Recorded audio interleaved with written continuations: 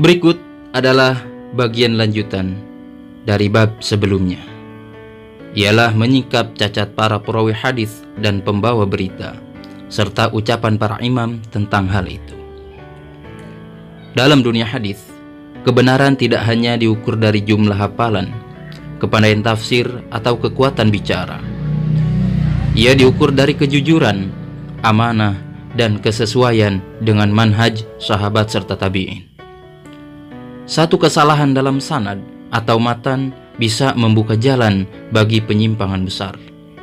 Itulah mengapa Imam Muslim mencatat semua ini. Bukan untuk mencela orang, tapi untuk menjaga warisan kenabian tetap bersih dari kebohongan. Berikut ini adalah membahas tentang bagaimana ulama memfilter kebohongan dan manipulasi dalam periwayatan hadis. Awas, yang lihai bicara belum tentu jujur dalam riwayat. Yang pertama ada Amr bin Ubaid, si cerdik yang dituduh pemalsu. Haddatsana Al-Hasan Al-Halwani qala haddatsana Nu'aim bin Hammad qala Abu Ishaq Ibrahim bin Muhammad bin Sufyan wa haddatsana Muhammad bin Yahya qala haddatsana Nu'aim bin Hammad haddatsana Abu Dawud At-Tayalisi an Syu'bah an Yunus bin Ubaid qala kana Amrun bin Ubaid yakdzibu fil hadis. Dari Yunus bin Ubaid, Amr bin Ubaid biasa berdusta dalam meriwayatkan hadis. Amr bin Ubaid adalah tokoh Mu'tazilah yang terkenal, pintar, logis, tapi sayangnya terindikasi suka memalsukan hadis demi memperkuat argumennya. Ini catatan penting. Cerdas tidak menjamin jujur, apalagi dalam ilmu hadis yang butuh amanah tingkat tinggi. Kemudian, mencatut hadis Nabi demi ideologi sesat. Qala Mu'adz bin Mu'adz, qultu li Auf bin Abi Jamilah, inna Amro bin Ubaid haddatsana anil Hasan anna Rasulullah sallallahu alaihi wasallam qala man hamala alaina as-silaha falaysa minna. Qala kadzaba wallahi Amrun walakinnahu arada ay yahuzaha ila qaulihil khabith. Mu'adz berkata kepada Auf, Amr bin Ubaid meriwayatkan dari Al-Hasan bahwa Rasulullah sallallahu alaihi wasallam bersabda, barang siapa yang mengangkat senjata terhadap kami, maka ia bukan dari golongan kami. Auf menjawab, demi Allah, Amr berdusta. Ia hanya ingin memelintir hadis itu ke dalam pemikirannya yang sesat. Hadis ini benar secara matan, tapi maksudnya dipelintir untuk mendukung ideologi Mu'tazilah. Misalnya untuk menolak jihad atau membenarkan pemberontakan tertentu. Maka para ulama menolak hadis yang digunakan untuk maksud batil, walau secara lafaz tampak sahih. Kemudian, selanjutnya, aneh tapi nyata, hadis ajaib tapi menyesatkan. Qala Ayyub, balaghani annaka lazimta dzaka ar-rajula, yakni Umar bin Ubaid. Qala na'am, innahu yaji'una bi asya'a gharaib. Qala Ayyub, innama nafiru aw nafraqu min tilkal gharaib.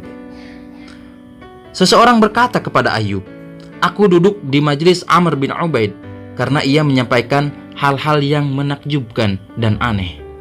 Ayyub menjawab, justru kami lari karena keanehan-keanehan itulah. Ini pelajaran penting. Bukan semua yang unik itu ilmiah. Banyak orang tertarik dengan kajian out of the box, tapi justru disitulah jebakan kebohongan. Ulama sejati malah menjauhi yang terlalu aneh, karena itu ciri tidak adanya sanad sahih. Kemudian, menghalalkan yang haram, fitnah atas nama Hasan al-Basri. Qila li Ayyub, inna Amro bin Ubaid rawa anil Hasan annahu qala la yujladu as-sakranu minan nabi. Faqala kadzaba ana sami'tu al-Hasan yaqulu yujladu as-sakranu minan nabi. Kepada Ayyub dikatakan bahwa Amr bin Ubaid meriwayatkan dari Al-Hasan, orang mabuk karena nabidh tidak dijatuhi hukuman. Ayyub berkata, itu dusta. Aku sendiri mendengar Al-Hasan berkata bahwa orang mabuk dari nabidh harus dicambuk. Di sini Amr bin Ubaid menisbatkan pendapat batil kepada Hasan al-Basri bahwa minuman memabukkan tertentu tidak dikena hukuman. Ini jelas bertentangan dengan ijma dan menjadi bentuk manipulasi terhadap fatwa ulama. Kemudian, pergaulan yang mengundang fitnah. Faqala Ayyub, ara'aita rajulan la ta'manuhu ala dinihi, kaifa ta'manuhu alal hadits? Ayyub berkata, bagaimana mungkin engkau percaya pada hadis seseorang yang bahkan tidak bisa dipercaya dalam urusan agama? Periwayatan hadis bukan hanya soal ingatan dan kecerdasan, tapi soal integritas agama dan ketakwaan. Jika seseorang tidak bisa dipercaya dalam akidah dan ibadah, maka perkataannya pun tidak bisa dipercaya sebagai bagian dari warisan Nabi Shallallahu Alaihi Wasallam.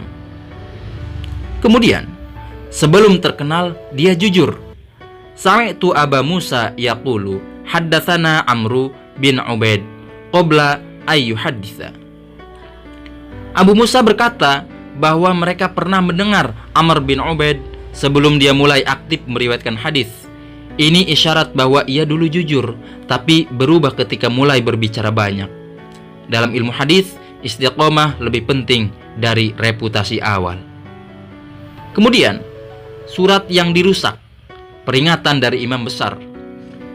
Katabtu ila Syu'bah as'aluhu an Abi Syaibah qadhi wasitin, fakataba ilayya la taktub anhu syai'an wa mazzaqu kitabi.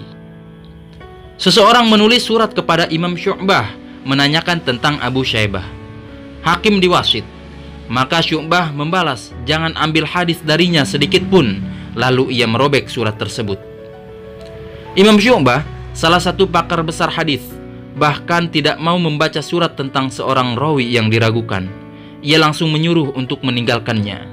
Ini menunjukkan betapa seriusnya para ulama dalam menjaga kemurnian hadis Nabi Shallallahu Alaihi Wasallam. Tokoh seperti Amr bin Ubaid menunjukkan bahwa kepandaian bicara dan logika tajam bukan jaminan kejujuran dalam agama. Dalam sejarah hadis, pemalsu seringkali pintar, tapi ketahuan karena tak jujur. Para imam besar seperti Ayyub, Syu'bah, dan Sufyan tidak memberi toleransi sedikit pun terhadap kebohongan, karena satu dusta atas Nabi bisa mengubah seluruh wajah agama. Kemudian, mereka pun terdeteksi para periwayat hadis yang ketahuan bohong. Sebuah pelajaran besar dari para imam hadis tentang kejujuran, sanad, dan adab yang meriwayatkan. Selanjutnya, salah kutip langsung dicap dusta.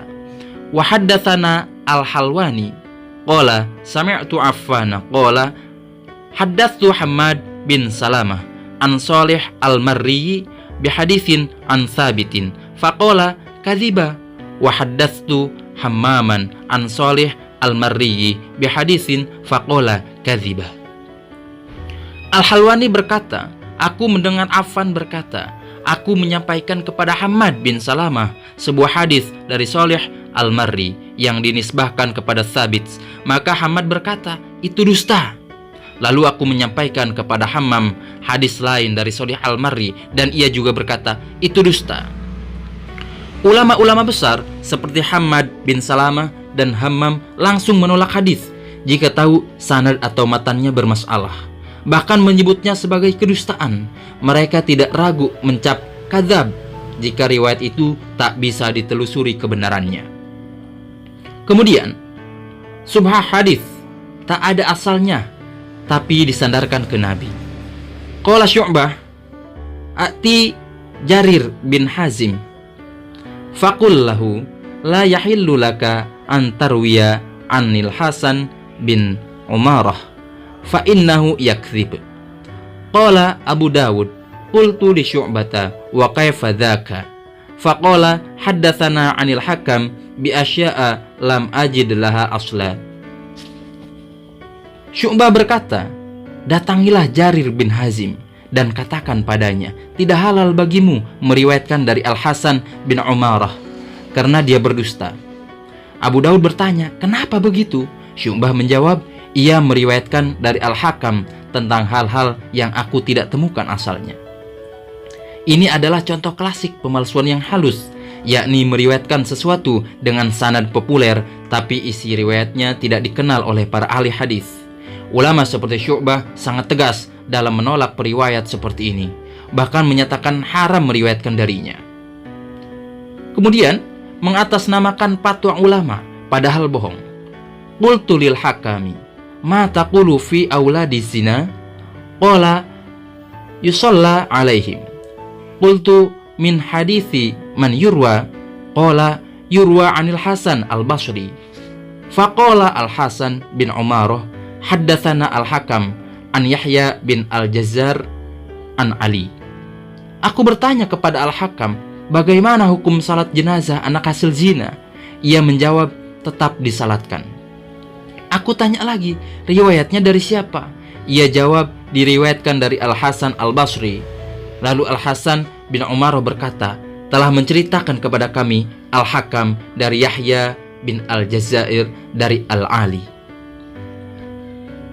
Di sini Al-Hasan bin Umar membuat rantai sanad baru yang tampaknya terdengar sahih, padahal tidak ada dasar sebelumnya. Ini bentuk penambahan sanad fiktif yang sangat ditolak oleh ulama.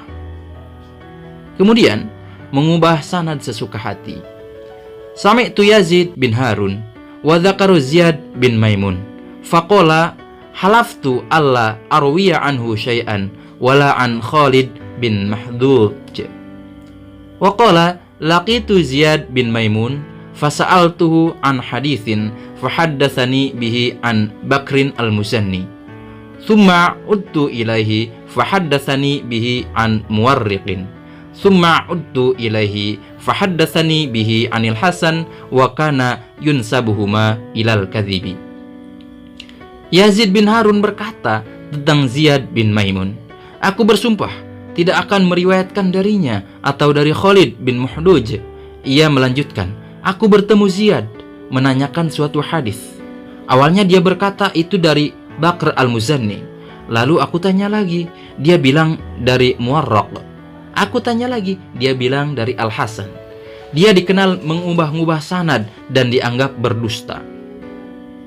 Ini bentuk pemalsuan terselubung, yakni mengganti nama perawi untuk menyesuaikan kebutuhan atau agar tampak lebih kuat. Ini kesalahan fatal yang membuat seseorang gugur dari dunia periwayatan. Kemudian, bohong soal sahabat, disuruh diam. Qultu li Abi Dawud at-Tayalisi, qad aksarta an Ubad bin Mansur, fama laka lam tasma' minhu haditha al-Attarati. Qala laqitu Ziyad bin Maimun wa Abdurrahman bin Mahdi fasa'alnahu faqulna lahu hadhil ahadits allati tarwiha an Anas. Faqala ara'aituma rajulan yudnibu fayatubu alaysa yatubullahu alaih? Qulna na'am. Qala ma sami'tu min Anasin min dha qalilan wala kathiran. Qala Abu Dawud fabalaghna ba'du annahu yuhadditsu fa'atainahu ana wa Abdurrahman faqala atubu summa kana ba'du yuhadditsu fataraknahu. Ketika ditanya kenapa tidak meriwayatkan hadis dari Ubad bin Mansur, Abu Daud berkata, kami pernah bertanya kepada Ziyad bin Maimun, apakah benar kamu meriwayatkan dari Anas? Dia menjawab, apakah orang yang berdosa lalu bertaubat tidak diterima taubatnya? Kami menjawab, ya. Dia berkata, aku tidak pernah mendengar dari Anas satupun hadis. Tapi setelah itu dia tetap meriwayatkan lagi, maka kami pun meninggalkannya. Mengaku bertobat dari kedustaan, tapi kembali berdusta, bahkan mengatasnamakan sahabat Nabi. Ini membuat ulama memboikotnya selamanya. Kemudian kalimat aneh, ditanya maksudnya ternyata bohong. Kana Abdul Quddus yuhadditsuna fayaqulu Suaid bin Aqlah qala naha Rasulullah sallallahu alaihi wasallam ayyut takhadha ar-ruhu aradan Faqila lahu ayyu syai'in hadza? Qala ya'ni tuttakhadhu quwwatun fi ha'itin liyadkhula alaihi ar-ruh. Abdul Quddus biasa meriwayatkan Nabi Shallallahu Alaihi Wasallam melarang menjadikan ruh sebagai arud. Ketika ditanya apa maksudnya ini, ia menjawab maksudnya adalah membuat lubang di dinding agar ruh bisa masuk. Riwayat ini tak masuk akal dan tak dikenal dalam hadis. Bahkan maknanya tidak bisa diterima secara syar'i maupun rasional. Ini adalah contoh kedustaan dengan bentuk lafadz asing agar tampak ilmiah tapi sebenarnya palsu. Kemudian, ulama hadis dan para pemalsu, catatan yang tak pernah dihapus. Kisah nyata bagaimana para imam besar menghadapi pemalsuan hadis. Sindiran halus dari Imam Muhammad bin Ziyad. Qala Muslim wa sami'tu Ubaidullah bin Umar al-Qawariri yaqulu sami'tu Muhammad bin Ziyad yaqulu li rajulin ba'dama jalasa Mahdi bin Hilalin bi ayyamin ma hadhihi al-'ain al-malihatu allati naba'at qablakum? Qala na'am ya Aba Ismail. Muslim berkata, aku mendengar Ubaidullah bin Umar al-Qawariri berkata, aku mendengar Muhammad bin Ziyad berkata kepada seorang laki-laki beberapa hari setelah Mahdi bin Hilal duduk, yakni mengajar. Apa ini? Mata air asin yang memancar sebelum kalian. Laki-laki itu menjawab, ya Aba Ismail. Muhammad bin Ziyad menyindir seseorang dengan mengibaratkannya seperti mata air asin, yakni orang yang terlihat memancarkan ilmu, namun sebenarnya isinya buruk atau rusak. Ini sindiran untuk seseorang yang mulai meriwayatkan hadis tanpa otoritas dan kejelasan sanad. Sebuah kritik tajam namun halus dan penuh hikmah dari imam besar. Kemudian, uji keaslian hadis kepada ahlul sanad. Wa haddatsana Al-Hasan Al-Halwani qala sami'tu Affan qala sami'tu Aba Awanah qala ma balagoni anil Hasan haditsun illa ataitu bihi Abana bin Abi Ayyas faqara'ahu alayya. Al-Hasan Al-Halwani berkata, aku mendengar Affan berkata, aku mendengar Aba Awanah berkata, tidaklah sampai kepadaku satu hadis pun dari Al-Hasan Al-Basri kecuali aku mendatangi Aban bin Abi Ayyash, lalu ia membacakannya kepadaku. Abu Awanah melakukan verifikasi setiap hadis dari Al-Hasan Al-Basri dengan cara membandingkannya kepada Aban bin Abi Ayyash yang dikenal sebagai perantara sanad, tapi seperti akan terlihat nanti Aban sendiri bermasalah. Kemudian 1000 hadis, tapi Nabi SAW di mimpi hanya akui 5 hadis. Wa haddatsana Suwaid bin Sa'id, haddatsana Ali bin Mushir, qala sami'tu ana wa Hamzah az-Ziyatu min Abana bin Abi Ayyash nahwan min alfi hadithin. Qala Aliyun falaqitu Hamzah fa akhbarani annahu ra'a an-nabiy sallallahu alaihi wasallam fil manami fa'arada alaihi ma sami'a min Aban fama arafa minha illa syai'an yasira khamsatan aw sittatan. Suwaid bin Sa'id berkata, Ali bin Mushir berkata, aku dan Hamzah Az-Zayat mendengar sekitar 1000 hadis dari Aban bin Abi Ayyas. Ali berkata, kemudian aku bertemu Hamzah dan ia mengabarkan bahwa ia melihat Nabi SAW dalam mimpi, lalu memperlihatkan kepadanya hadis-hadis yang ia dengar dari Aban.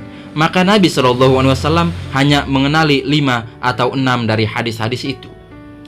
Ini adalah pernyataan simbolik yang mengecam kuat Aban bin Abi Ayyas, sebab dari 1000 hadis yang ia bawa, Nabi SAW dalam mimpi hanya mengenali 5 atau 6. Sebuah metafora akan betapa lemahnya hadis-hadis yang ia riwayatkan hingga tidak dikenal dalam sunnah. Kemudian Abu Ishaq Al-Fazari, hati-hati dengan rawinya. Qala li Abu Ishaq Al-Fazari, uktub an baqiyah ma rawa anil ma'rufina wala taktub anhuma rawa an ghairil ma'rufina, wala taktub an Ismail bin Ayyash ma rawa anil ma'rufina wala an ghairihim.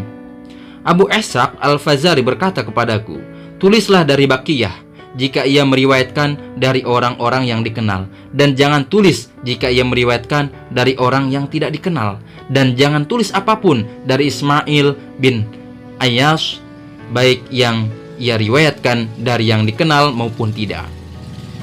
Ini adalah standar verifikasi hadis yang sangat hati-hati. Bahkan meskipun perawi seperti Ismail bin Ayyash memiliki sanad dari tokoh-tokoh terkenal, tetap ditolak karena kelemahan hafalan dan inkonsistensinya. Kemudian Ibnu Al-Mubarak, Baqiyah bagus tapi suka tukar nama. Qala Ibnu Al-Mubarak, ni'ma ar-rajulu Baqiyah, laula annahu kana yukanni al-asami wa yusammi al-kuna, kana dahron yuhaddithuna an Abi Sa'id al-Wahadhi, fanadharna fa idza huwa Abdul Quddus. Ibnu Al-Mubarak berkata, Baqiyah adalah orang yang baik kalau saja ia tidak membolak-balik nama dan kunyah. Dahulu ia meriwayatkan kepada kami dari Abu Sa'id Al-Wahazi, lalu kami cek, ternyata itu Abdul Quddus. Ini menunjukkan kecacatan dalam kejujuran sanad, yakni menyamarkan perawi untuk mengangkat kredibilitas sanad. Padahal Abdul Quddus dikenal lemah, bahkan bermasalah dalam kebenaran riwayat. Ibnu Mubarak, aku tak pernah katakan seseorang kadzab kecuali dia. Wa haddatsani Ahmad bin Yusuf Al-Azdi qala sami'tu Abdur Razzaq yaqulu ma ra'aitu Ibnu Al-Mubarak yufsihu biqaulih kadzabun illa li Abdul Quddus fa inni sami'tuhu yaqulu lahu kadzabun. Ahmad bin Yusuf Al-Azdi berkata, aku mendengar Abdur Razzaq berkata, aku tidak pernah melihat Ibnu Mubarak secara terang-terangan menyebut seseorang sebagai pembohong, yakni kadzab, kecuali kepada Abdul Quddus. Karena aku mendengar dia berkata langsung kepadanya, kadzab. Ini adalah puncak diskualifikasi dalam dunia hadis. Jika Ibnu Mubarak yang dikenal berhati-hati sampai mengucap kadzab secara eksplisit, maka status perawi itu benar-benar jatuh total. Kemudian, siapa yang kamu ambil ilmu darinya? Inilah daftar hitam para imam hadis, mengungkap bagaimana para imam besar menolak hadis dari perawi lemah dan pembohong. Apakah Ibnu Mas'ud muncul setelah mati? Wa haddatsani Abdullah bin Abdurrahman Ad-Darimi qala sami'tu Aba Nu'aim wa dzakara al-Mu'alla bin Urfan faqala qala haddatsana Abu Wa'ilin qala kharaja alaina Ibnu Mas'udin bisiffin faqala Abu Nu'aim atarahu bu'itsa ba'dal maut. Abdullah bin Abdurrahman Ad-Darimi berkata, aku mendengar Abu Nu'aim menyebut Al-Mu'alla bin Urfan. Ia berkata, Abu Wa'il berkata, Ibnu Mas'ud muncul di Siffin. Abu Nu'aim berkata, apakah kamu kira dia dibangkitkan setelah mati? Ini sindiran tajam terhadap kebohongan Al-Mu'alla bin Urfan. Ia meriwayatkan bahwa Ibnu Mas'ud hadir dalam perang Siffin. Padahal Ibnu Mas'ud wafat sebelum peristiwa itu. Ini bentuk deteksi pemalsuan riwayat secara historis. Kemudian, kritik adalah ilmu, bukan ghibah. Haddatsani Amru bin Aliin wal Hasanu al-Halwaniyu kilahuma an Affan bin Muslim. Qala kunna inda Ismail bin Ulayyah fahaddatsa rajulun an rajulin faqultu inna hadza laysa bisabtin faqala ar-rajulu ittabtahu faqala Ismail magtabahu walakinnahu hakama annahu laysa bisabtin. Kami bersama Ismail bin Ulayyah. Lalu seseorang meriwayatkan hadis dari seseorang, maka aku berkata, orang ini tidak thiqah. Lalu orang itu berkata, engkau menggibahnya. Ismail menjawab, ia tidak menggibahnya, ia hanya menetapkan bahwa orang itu tidak thiqah. Inilah prinsip jarh wa ta'dil, menyebut kelemahan perawi bukan ghibah, melainkan bagian dari menjaga agama. Para ulama hadis sangat serius dalam menguji integritas perawi demi menyaring kebenaran dari kebohongan. Imam Malik dan daftar perawi yang ditolak. Wa haddatsana Abu Ja'farin Ad-Darimi, haddatsana Bishru bin Umar. Qala sa'altu Malik bin Anas an Muhammad bin Abdurrahman alladhi yarwi an Sa'id bin Al-Musayyab. Faqala laysa bithiqatin wa sa'altuhu an Salihin maula'at Tau'amah. Faqala laysa bithiqatin wa sa'altuhu an Abil Huwairith. Faqala laysa bithiqatin wa sa'altuhu an Syu'bah alladhi rawa anhu Ibnu Abi Dhi'b. Faqala laysa bithiqatin wa sa'altuhu an Haramin bin Utsman. Faqala laysa bithiqatin wa sa'altuhu an rajulin akhara nasitu ismahu. Faqala hal ra'aitahu fi kutubi? Qultu la. Qala law kana thiqatan la ra'aitahu fi kutubi. Aku bertanya kepada Malik bin Anas tentang 5 orang perawi, dan untuk semuanya beliau menjawab laysa bithiqatin, dia tidak terpercaya. Lalu aku tanya tentang seorang lagi, namun lupa namanya. Malik berkata, apakah kau lihat dia dalam kitabku? Aku menjawab, tidak. Maka Malik berkata, kalau dia terpercaya, pasti kau melihatnya dalam kitabku. Imam Malik tidak mencantumkan perawi yang lemah dalam riwayatnya. Ini standar para imam, hanya meriwayatkan dari orang-orang yang benar-benar terpercaya. Kemudian, pernyataan keras dari Ibnu Al-Mubarak. Wa haddatsani Muhammad bin Abdullah bin Qahzad. Qala sami'tu Aba Ishaq At-Taliqani yaqulu sami'tu Ibnu Al-Mubarak yaqulu law khuyyirtu baina an adkhulal jannah wa baina an ulqa Abdullah bin Muharrar lakhtartu an alqahu thumma adkhulal jannah. Falamma ra'aituhu kanat ba'ratun ahabba ilayya minhu. Ibnu Al-Mubarak berkata, seandainya aku diberi pilihan antara masuk surga atau bertemu dengan Abdullah bin Muharrar, aku akan memilih untuk bertemu dengannya dulu, lalu masuk surga. Tapi ketika ia melihatnya, ia berkata, ternyata kotoran unta lebih aku sukai daripada dia. Sebuah ungkapan kehancuran kredibilitas. Dulu Ibnu Al-Mubarak penasaran dan mengagumi, tapi ketika melihat kenyataannya, pembohong besar, merusak hadis, dan tidak layak dijadikan rujukan. Kemudian, saudaraku sendiri, jangan diambil hadisnya.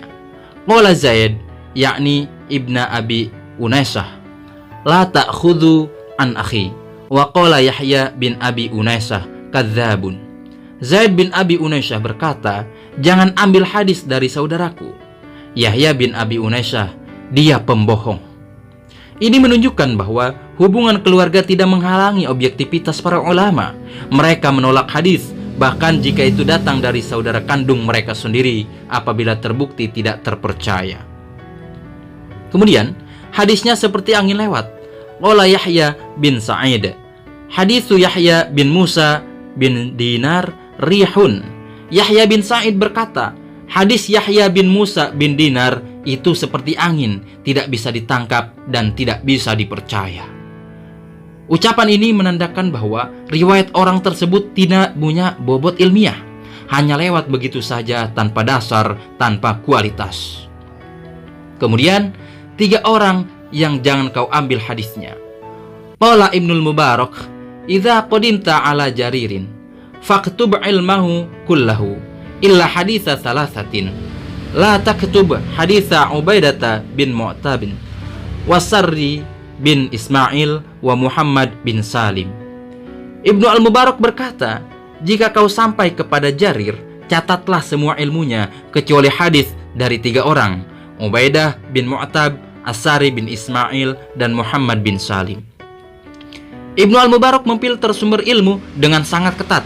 Bahkan jika perawi besar seperti Jarir meriwayatkan dari orang-orang lemah, maka tetap harus ditinggalkan. Kemudian, kesimpulan. Qala Muslim, wa asbahu ma dzakarna min kalami ahli ilmi fi muttahami ruwatil hadis wa ikhbarihim an ma'ayibihim katsirun. yatulu al-kitabu bidzikrihi ala istiqsaihi wa fima dzakarna kifayatun liman tafahama wa aqala madhhabal qaumi fima qalu min dzalika wa bayyanu. Kata Imam Muslim, penjelasan-penjelasan para ulama tentang para perawi hadis yang tertuduh, yakni dalam perawiannya, serta pemberitaan mereka mengenai aib-aib para perawi sangat banyak. Dan jika disebutkan secara lengkap, tentu akan membuat kitab ini menjadi sangat panjang. Apa yang telah kami sebutkan di sini sudah cukup bagi siapa yang memahami dan mengerti metode para ulama dalam ucapan mereka tersebut dan apa yang telah mereka jelaskan. Wa innama alzamu anfusahumul kasfa an ma'ayibi ruwatil hadithi wa naqilil akhbari wa aftau bidzalika hina su'ilu lima fihi min azimil khatari idhil akhbaru fi amrid dini innama ta'ti bitahlilin aw tahrimin aw amrin aw nahyin aw targhibin aw tarhibin. Sesungguhnya mereka para ulama mewajibkan atas diri mereka untuk mengungkap aib para perawi hadis dan pembawa berita, serta memberikan fatwa dalam hal ini ketika mereka ditanya. Karena perkara ini mengandung bahaya yang besar, sebab kabar-kabar dalam urusan agama datang dengan membawa hukum halal atau haram, perintah atau larangan, dorongan atau ancaman. Fa idza kana ar-rawi laha laysa bima'dinin lisidqi wal amanati, summa aqdama ala riwayati anhu man qad arafahu walam yubayyin ma fihi li ghairihi mimman jahila ma'rifatahu kana athiman bi fi'lihi dzalik ghasyan li awamil muslimin. Maka apabila seorang perawi hadis bukanlah orang yang layak untuk dipercaya dalam kejujuran dan amanah, kemudian ada seseorang yang telah mengenalnya tetap meriwayatkan darinya tanpa menjelaskan keadaannya kepada orang lain yang tidak mengetahuinya, maka orang itu berdosa atas perbuatannya tersebut dan telah menipu kaum muslimin awam. Idz la yu'manu ala ba'di man sami'a tilkal akhbari ayyasta'milaha aw yasta'mila ba'daha wa la'allaha aw aktsaruha akadzibu la aslalaha. Karena bisa jadi ada sebagian orang yang mendengar kabar-kabar tersebut lalu mengamalkannya, atau mengamalkan sebagian darinya. Padahal bisa jadi kabar itu atau bahkan sebagian besarnya adalah dusta yang tidak memiliki asal-usul. Ma'a annal akhbaro as-sihaha min riwayati thiqati wa ahlil qanaati aktsaru min ayyuddarra ila naqli man laisa bi thiqatin wala muqni'in. Padahal kabar-kabar yang sahih dari para perawi yang terpercaya dan memiliki sifat qanaah jauh lebih banyak dibandingkan harus menyandarkan riwayat pada orang yang tidak terpercaya dan tidak meyakinkan. Wala ahsibu katsiran mimman yu'arriju minan nasi ala ma wasafna min hadhil ahaditsi ad-di'afi wal asanidil majhulati wa ya'tadu bi riwayatiha ba'da ma'rifatihi bima fiha minat tawahhuni wad-dha'fi illa annal ladzi yahmiluhu ala riwayatiha wal i'tidadi biha iradatu at-takatsuri bidzalika 'indal awami. Saya tidak menyangka banyak orang akan bersandar pada hadis-hadis lemah dan sanad-sanad yang tidak dikenal seperti ini, lalu menjadikannya sebagai acuan setelah mengetahui kelemahan dan keraguannya, kecuali karena dorongan untuk memperbanyak jumlah hadis yang mereka miliki agar dianggap banyak oleh kalangan awam.